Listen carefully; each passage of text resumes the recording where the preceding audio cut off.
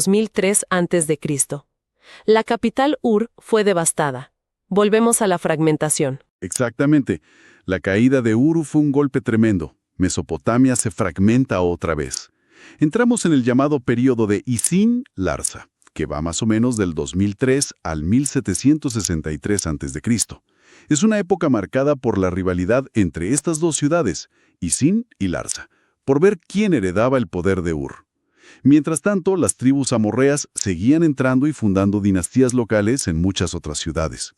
Y de este periodo también hay leyes importantes. Sí, tenemos otro código legal significativo, el de Lipit Ishtar de Isin. Parece seguir la línea del de Ur-Nammu, enfatizando la justicia del rey, y curiosamente, no parece recurrir a la pena de muerte de forma sistemática, por lo que sabemos. Interesante esa continuidad en el enfoque legal. Y en medio de estas luchas entre ciudades, una empieza a destacar.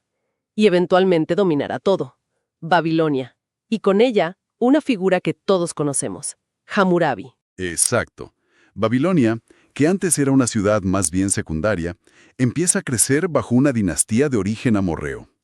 Cuando Hammurabi sube al trono, hacia 1792 a.C., el mapa es un hervidero. Reinos rivales por todos lados. Larsa al sur, Eshnuna al este, Mari al noroeste, Asiria al norte. Hammurabi es famoso por sus conquistas, claro, pero los documentos sugieren que su éxito no fue solo militar, ¿cierto? Totalmente cierto.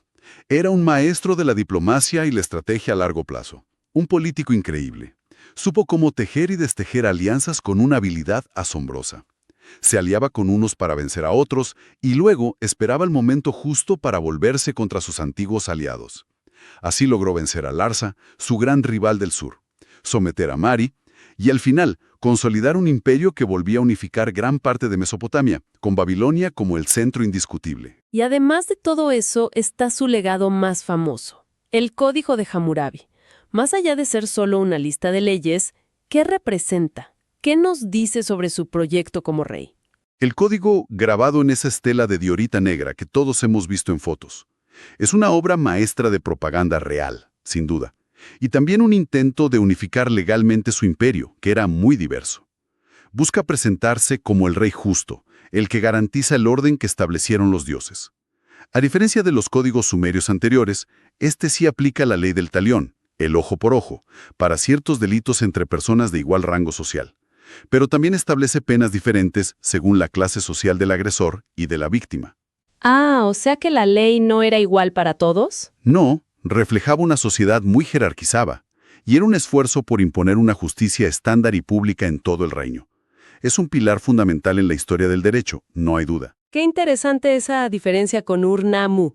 ¿Y qué más pasó en esa época dorada de Babilonia bajo Hammurabi? ¿Solo leyes y guerra? No, para nada. Fue un periodo de gran efervescencia cultural. Las escuelas de escribas de Babilonia hicieron un trabajo enorme. Copiaron y preservaron muchísima literatura sumeria.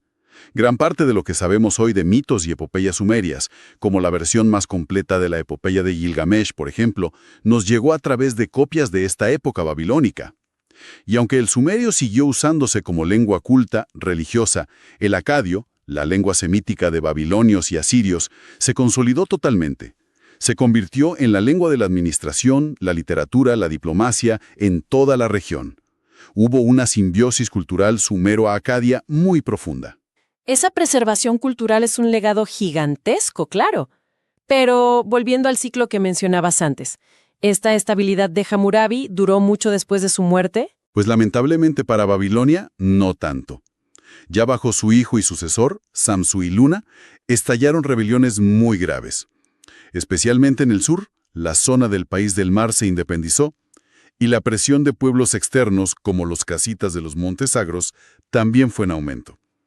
Finalmente los casitas lograron tomar el control de Babilonia hacia el 1570 a.C. y gobernaron durante unos 4 siglos. Un periodo largo, pero quizá menos brillante culturalmente que la época de Hammurabi. Y mientras Babilonia estaba bajo dominio casita, ¿qué pasaba en el norte? Ahí es donde Asiria empieza a jugar un papel más importante, ¿verdad? Correcto. Asiria, que ya había tenido sus momentos de poder antes, aprovecha ese relativo vacío para reafirmarse. Un rey clave de este periodo medio asirio es Tiglat-Pileser I. Reinó más o menos entre 1114 y 1076 a.C.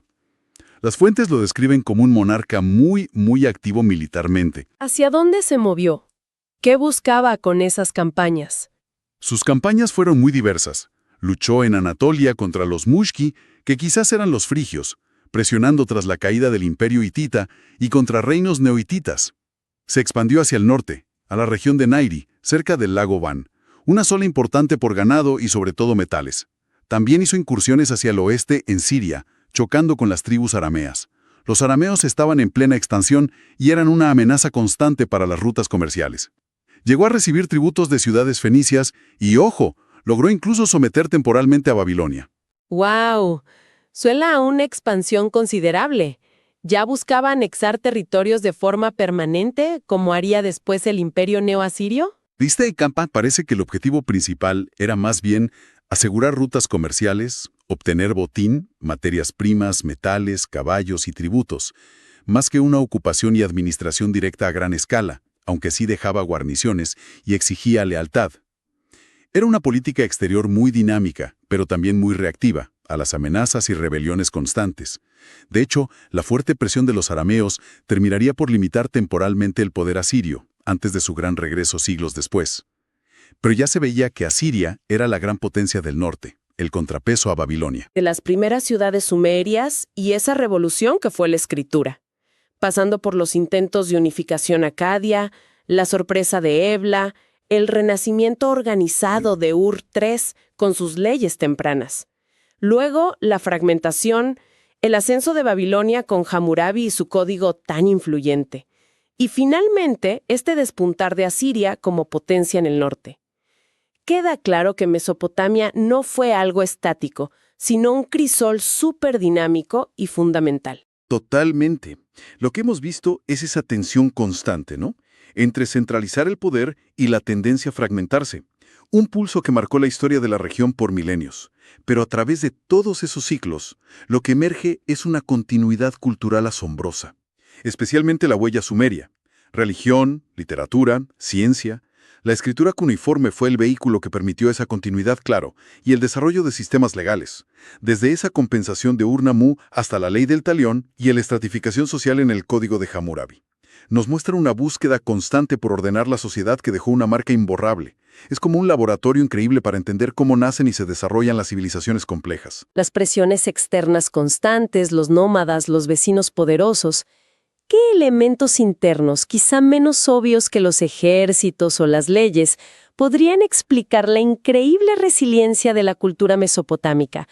¿Por qué sus ideas, sus mitos, sus conocimientos siguieron influyendo tanto tiempo, incluso cuando sus imperios ya no existían? Algo para darle una vuelta, más allá de los hechos y las fechas que hemos comentado.